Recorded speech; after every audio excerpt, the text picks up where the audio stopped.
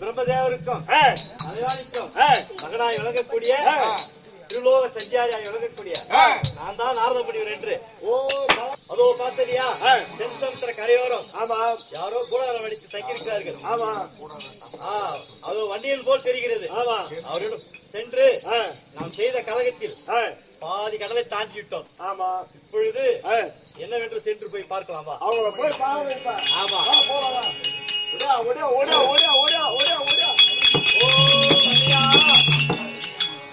ஓ வன்னிய மகாராஜனே, வாருங்கள் வாருங்கள் முனிவரே, தருணம் சார்.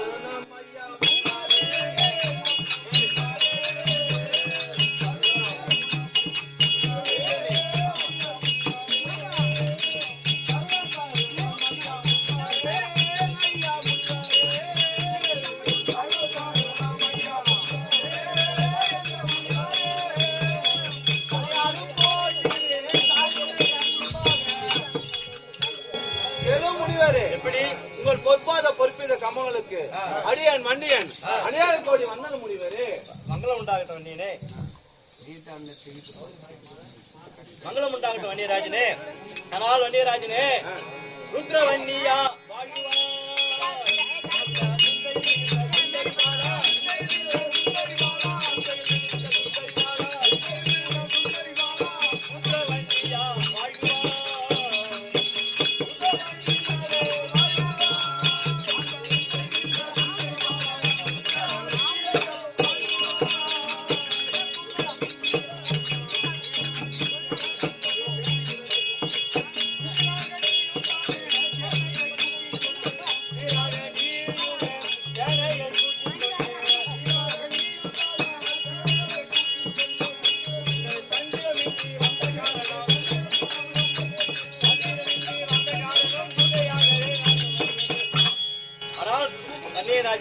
எப்படி முனிவரே, என் பாதத்தை அன்போடு அடிப்பணிந்தார் என்றென்றைக்கும் வீர பராகரக்கம் வீரோடி காலம் வாழ்ந்திருக்கும் அந்நியராஜனே.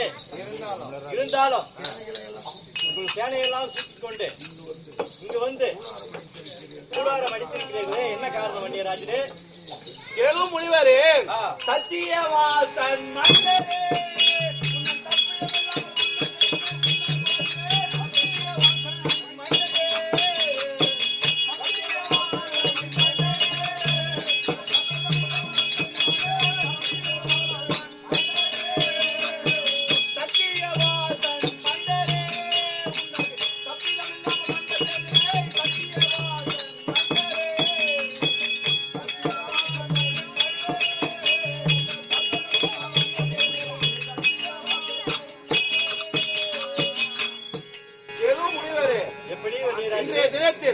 எதற்காக இங்கே வந்தோம் என்றால், அந்த அரக்கனாகிய வாதாபி சூரன் மீது படையெடுக்கவே இங்கே வந்துள்ள முனிவரே. ஆனால் வண்டியராஜனே, எப்படி முனிவரே? தேவர் மூவரால் ஆகாது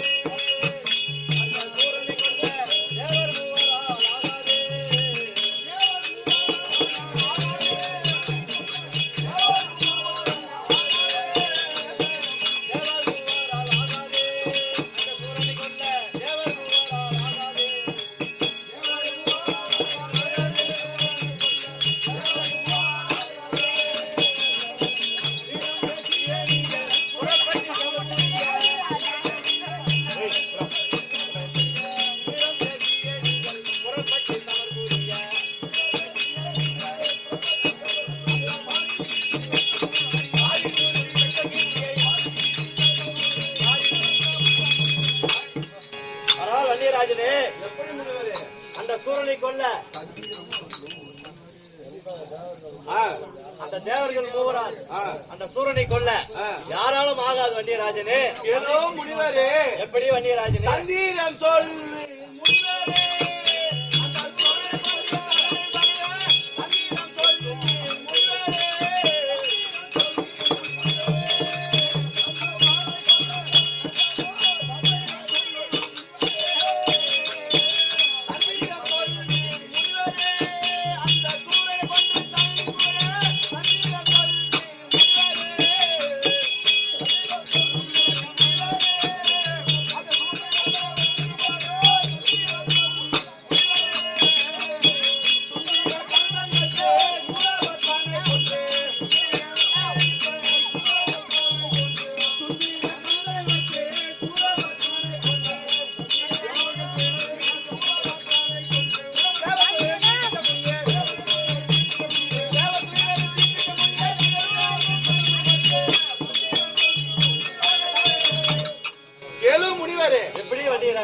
நான் எதற்காக ஆதியிலே ஒரு காலத்தில் சூரபத்மனானவன் சிவனை நோக்கி அழிதான தவத்தை செய்து வரங்கள் பெற்று தேவர்களையும் மூவர்களையும் யாவற்றமான பேர்களையும் அல்லோல் பட்டு சித்திரவதை செய்து வந்தான். அவனை அழிப்பதற்காக தங்களால் நீங்களும் திட்டமிட்டு முருகப்பெருமானை ஒப்பனம் செய்ய வைத்து சூரபத்மனை வென்றீர்கள். அதே போல் இன்றைய தினத்தில் அந்த வாதாபி எனதாது சூரர்களை வெல்வதற்கு தாங்கள் தான் எனக்கு ஒரு தந்திரம் சொல்ல வேண்டும் முனிவரே. சொல்வேன் சந்தீரங்கள்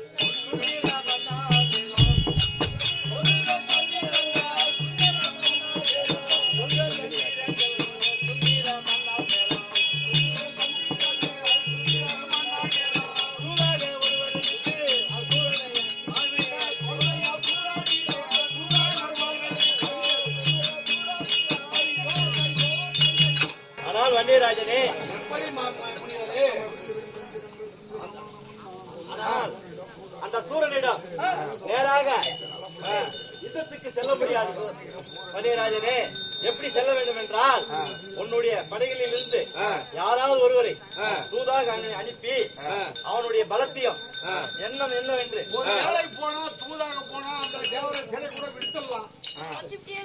தேவரை சிறை கூட விட்டலாம், சண்டை வராது இல்ல.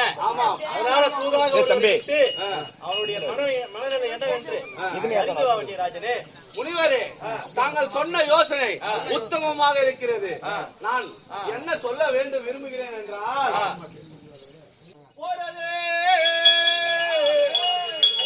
செய்வோம் என்று புரிதிட்ட முடிய கேளாய் சீரதாய்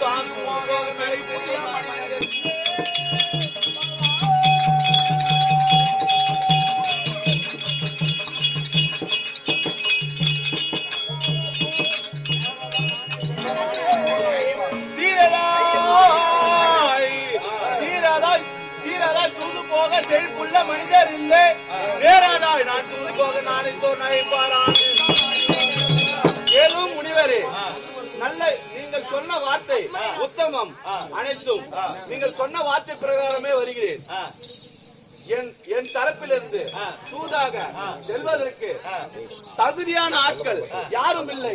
நானும் நீங்கள் சொன்ன முதல் அதை பற்றி யோசித்தேன்.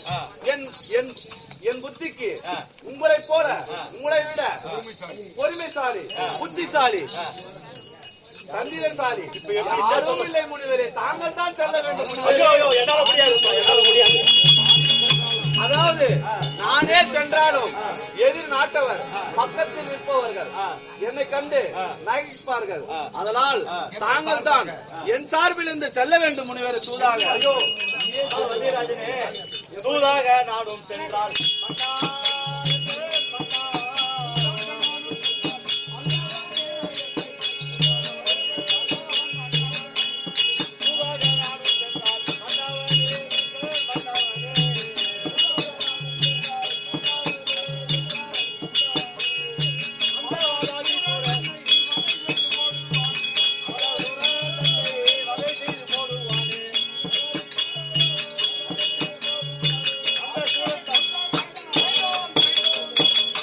வன்னியராஜனே, எப்படி முனிவரே? நீ சொன்ன பிரகாரம் நான் தூதாக சென்றால் அந்த வாதாபி சோழன் என்னை சொல்லாக விடமாட்டான். நானோ ஒரு பொறுமைசாலி, அவனை எகித்து என்னால் எதுவும் செய்ய முடியாது. வேற என்ன வேணாலும் சொல், நான் செய்கிறேன். கேளு முனிவரே, தந்திரம் மிகுந்த தாங்களே இப்படி சொன்னால், அதாவது தூது போன தன்னை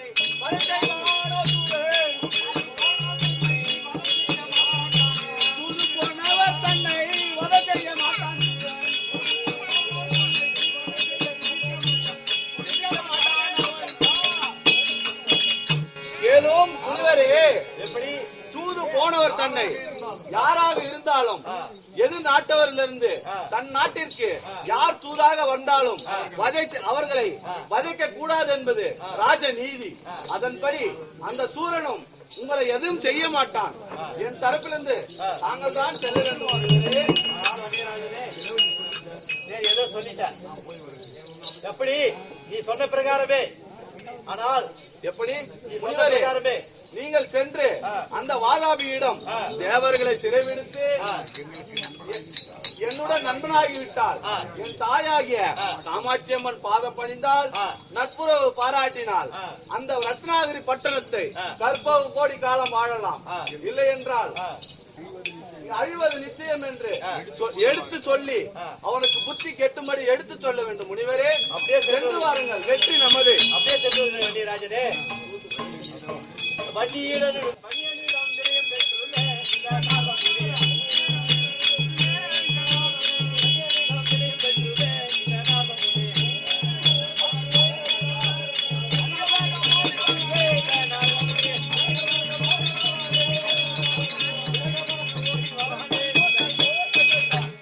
ஆனால் அகோதப்படி என்றால் இவ்விதமாகத்தானே வன்னிய மகாராயன் நாகராரை ரத்னாபுரி பட்டம் வாதாபியிடம் தூதாக அனுப்ப நாரத மகாமுனிவர் வாதாபிடம் தூதாக போவோம், அவன் என்ன செய்வானோ என்று அஞ்சி பயந்து கொண்டு ரத்னாபுரி பட்டணம் வர அந்த சமயத்திலே வாதாபி சபைக்கு வருகிறார்.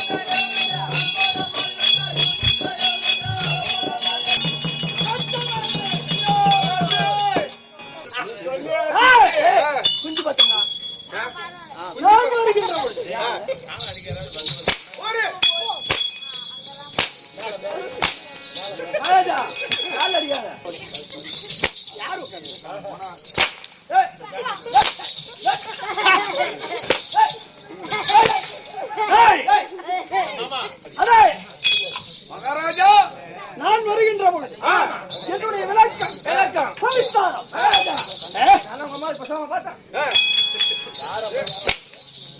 தெரியுதா? யாரு யாரு என்னுடைய விளக்கம் சவிஸ்தாரம் என்றார் 1,00,000 சதுர யோசனை பரப்பள உள்ள 1,00,000 சதுர யோசனை பரப்பள உள்ள ரத்தினாகிரி பட்டணத்தை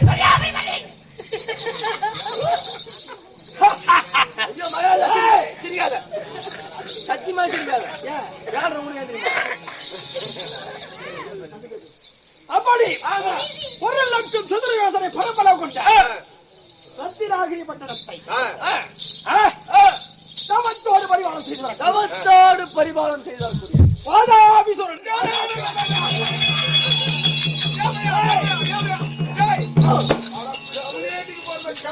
காரண பையா நம்ம மகாராஜா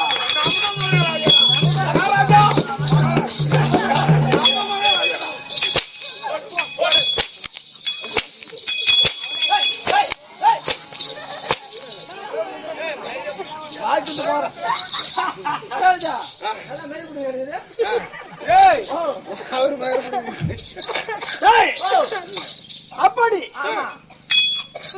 வாதாபிசுரன் என்றால் இந்த ரத்தினாகிரி பட்டணத்தில் இருக்கக்கூடிய அத்தனை அசுரர்களும் தேவர்களும் முனிவர்களும் அடிபணிந்து பாதத்தை தியாகி பணிந்து கருணாநிதி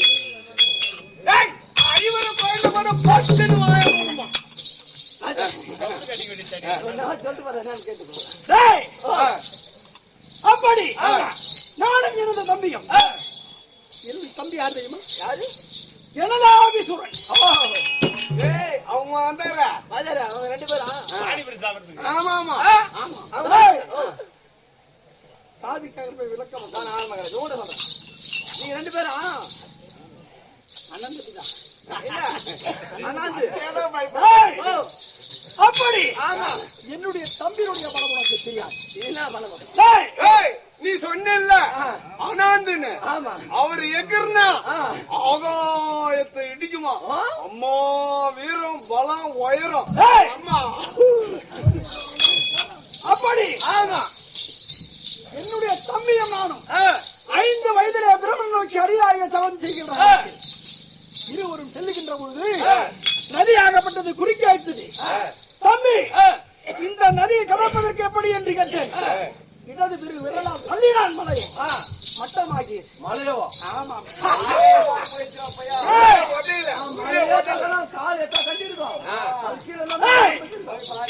அப்படி என்னுடைய தம்பி எவ்வளவு அவ்வளவு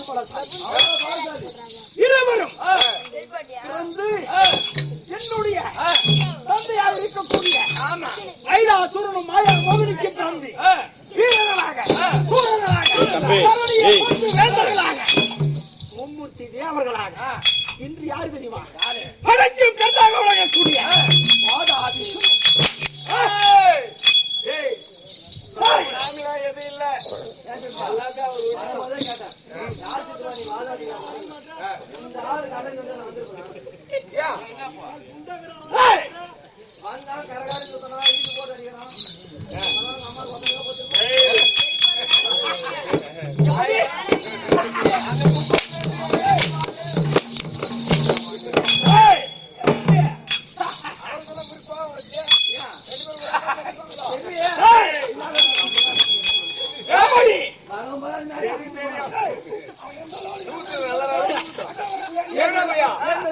கல்யாணம் பண்ணே இல்லையா? பொண்ணு பார்க்க போகணுமா?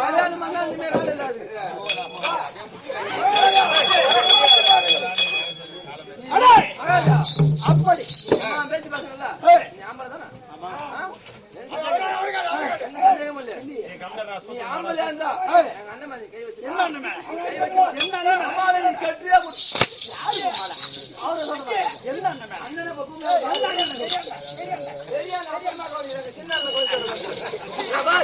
எங்க அப்பனும் உங்க அம்மா இருக்கும். உங்க அம்மா யாரும் முன்னாடி போல. நான் என்னடா பாவம் பண்ண? எனக்கு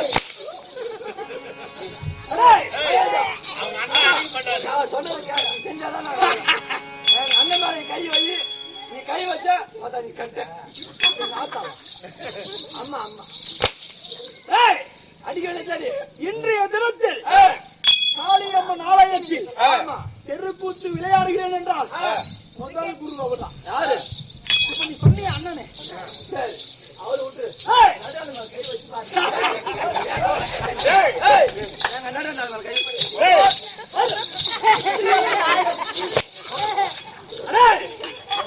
எப்படி என்றால் இன்றோடு 25 ஆண்டுகள் 2000 ஆண்டுகள் வருடம் 2000 அன்றைய தினத்தில் சிறுதொண்டர் நாடகத்திலே கர்மமோட்சம் என்ற நாடகம் நடந்தது. அதிலே அர்ஜுனன் வேடம் தரித்து முதல் முன்னிலே நாடகம் ஆடினேன். அப்படி இந்த நாடகத்தில் அரங்கேற்றியவர் நீ காமித்த அந்த அண்ணன். அவரு அடிமடியா குரு போயிருப்பாங்களா?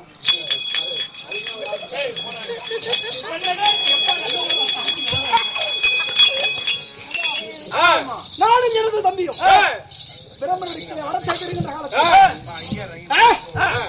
நானும் எனது தம்பியும் சென்று வரத்தை பெற்று 16 வயதிலே மயில் என்று சொல்லக்கூடிய மகளாகிய காமவல்லியை நானும் மாயவல்லி எனது தம்பியும் திருமணம் செய்தோம். எப்படி? மாயவல்லியோ காமவல்லியோ? காமவல்லியை நானும் மாயவல்லியுடைய தம்பி. அப்படி 22 வயதானவுடனே இந்த ரத்தினாகிரி பட்டணத்தை முடிசூட்டி ஆண்டு வருகிறேன். அப்படி ஆட்சி செய்து வருகின்ற பொழுது இல்லத்தில் இருக்கக்கூடிய செல்வமும் செல்வாக்கும் அத்தனையும் என்னிடத்தில் எப்பொழுது இருக்க வேண்டும் என்று ஆசைப்பட்டோம். அப்படி ஆசைப்படுகின்ற காலத்தில் எனக்கும் எனது தம்பிக்கும் ஒரு யோசனை வந்தது. இத்தனை செல்வமும் செல்வாக்கும் நாமே அடைந்தாலே நாமே ஆள வேணும். நாமே ஆள வேண்டும். ஆமா. அப்படி ஒன்று சிறு ஆசை வந்தது. உடனே கைலை மலை காரங்களே என்ன செய்வது? என்ன செஞ்சீங்க?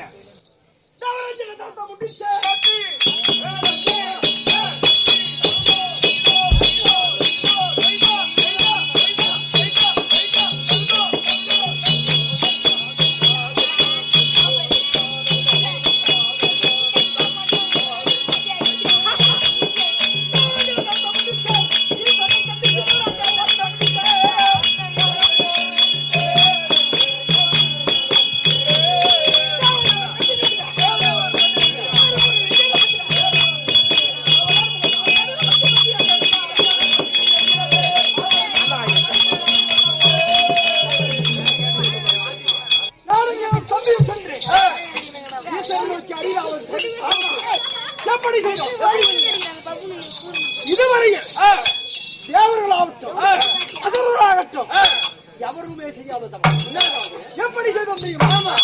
சூரியன் என்று சொல்லக்கூடிய என்னுடைய தம்பி ரசபானம் போல் இருக்கிறான். என்னுடைய வல்லமையும் என்னுடைய தம்பியினுடைய பலமும் ஏரியாவிய பதிலான ரோகத்தில் எவருக்குமே கிடையாது, யாருக்குமே கிடையாது. அப்படி நான் காற்று என்று சொல்லக்கூடிய வாழ்வையை விழுங்கினேன். அப்படி விழுகின்ற காலத்தில் சூரியனும் காற்றும் இல்லாத போது உலகம் எப்படி இருக்கும்? இருண்டு போய் காற்று சுவாசம் இல்லாமல் போய் ஆயிரக்கணக்கான ஜீவராசி அழிந்தன. பார்த்தான் ஈசன் உலகமே அழிந்து விடும் என்று ஓடோடி வந்தான், வரத்தை கொடுத்தான். எப்படி தேவ வருடத்திலே 100,000 ஆண்டுகள், எப்படி 100,000 ஆண்டுகள். நமக்கு ஒரு வருடம் என்றால் மானிடாக பிறப்பது 365 நாள், ஒரு வருடத்திற்கு ஒரு நாள், தேவர்களுக்கு ஒரு நாள். அப்படி 3650 நாள் அவர்களுக்கு ஒரு வருடம். எப்படி நமக்கு 3650 ஆண்டுகள், தேவர்களுக்கு ஒரு நாள், ஒரு வருடம். அப்படி 100,000 ஆண்டுகளும் மகாராஜ் எது குஞ்சு வச்சு விடுவாரு.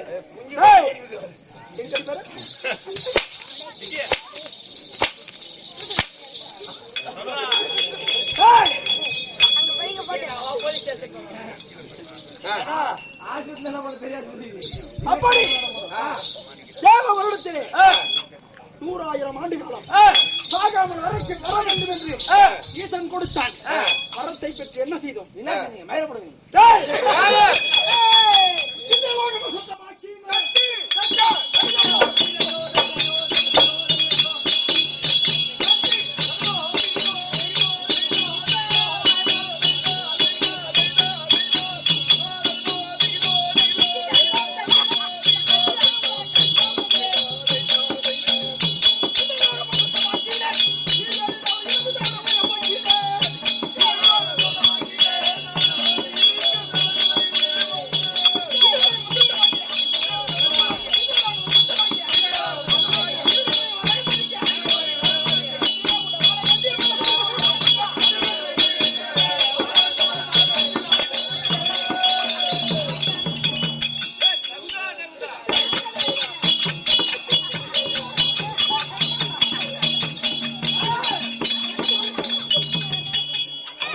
என்னடா பாக்குற கே குஞ்சு நானும் எனது தம்பியும் தேவ வருடத்திலே 100,000 ஆண்டுகளும் சாக வரம் பெற்று விட்டு தேவர்களை சிறைபிடித்தோம். அந்த இருக்கக்கூடிய ஆயுதங்களை அபகரித்தோம். எப்படி என்றால் ஆதியிலே என்னுடைய பாட்டன்மார்கள்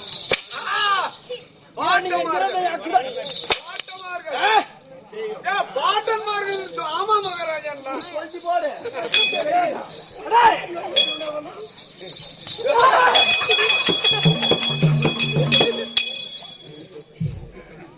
அப்படி என்னுடைய பாட்டன்மார்களும் தேவர்களும் அரக்கர்களும் அமிர்தங்களை கண்ட காலத்தில் பெற்ற பொருளை அழைத்தும் தேவர்களை எடுத்து சென்றார்கள். அப்படி எதுக்கு பேசுறீங்க? எதுக்கு கம்முனுங்க? தெரியாதா?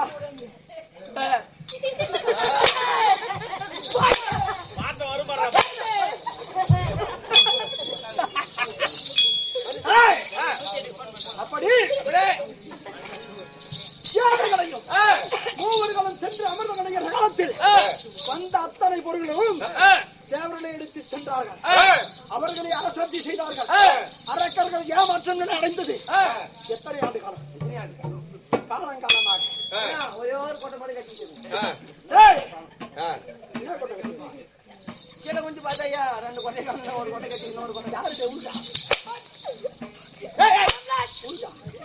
விக்கி வாய சுத்து நிலமா வாயு. அப்படி பெற்ற வரத்தை வைத்துக் கொண்டு தேவர்கள் இருக்கக்கூடிய பொருள்களை அபகரித்து அவர்களுக்கு என்ற பணியை முடிக்கிறேன். எப்படி தெரியுமா? இந்திரனை விடுத்து வந்து சிறையில் வைத்த நீரியாதி தேவர்கள் ஒரு காவல் கொண்டு அந்த உள்ள வளர்ந்து ஆட்சி வந்தார்.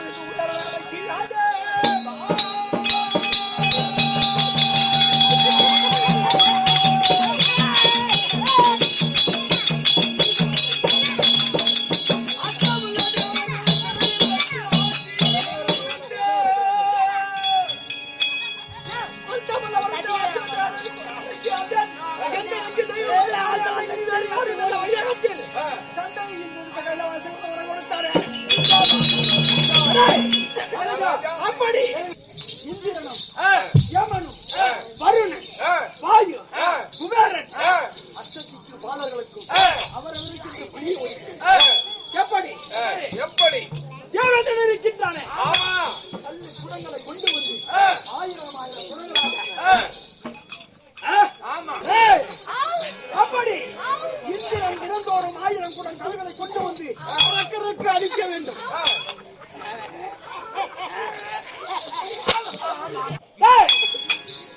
வருணனானவன் தினந்தோறும் வீதியை தானம் தெளிக்க வேண்டும். வாயுவானவன் பெருக்கி தள்ள வேண்டும்.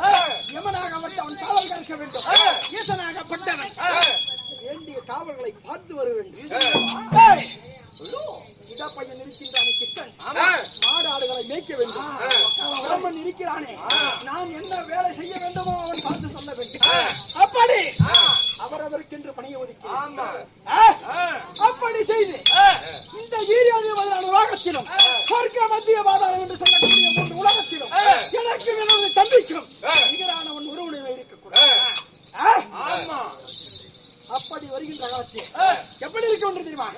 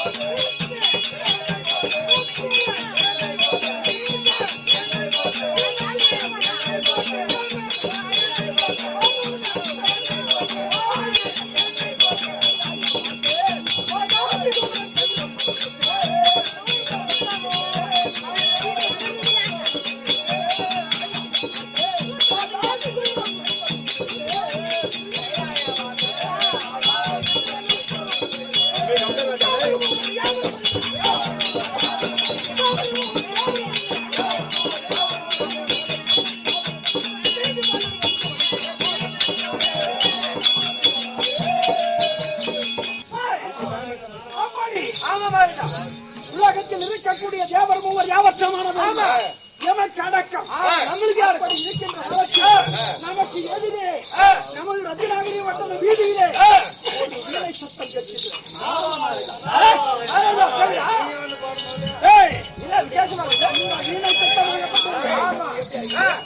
வீணை சத்தமாகப்பட்டது. ஆதியிலே நானும் எனது தம்பியும் சாரிலே செல்கின்ற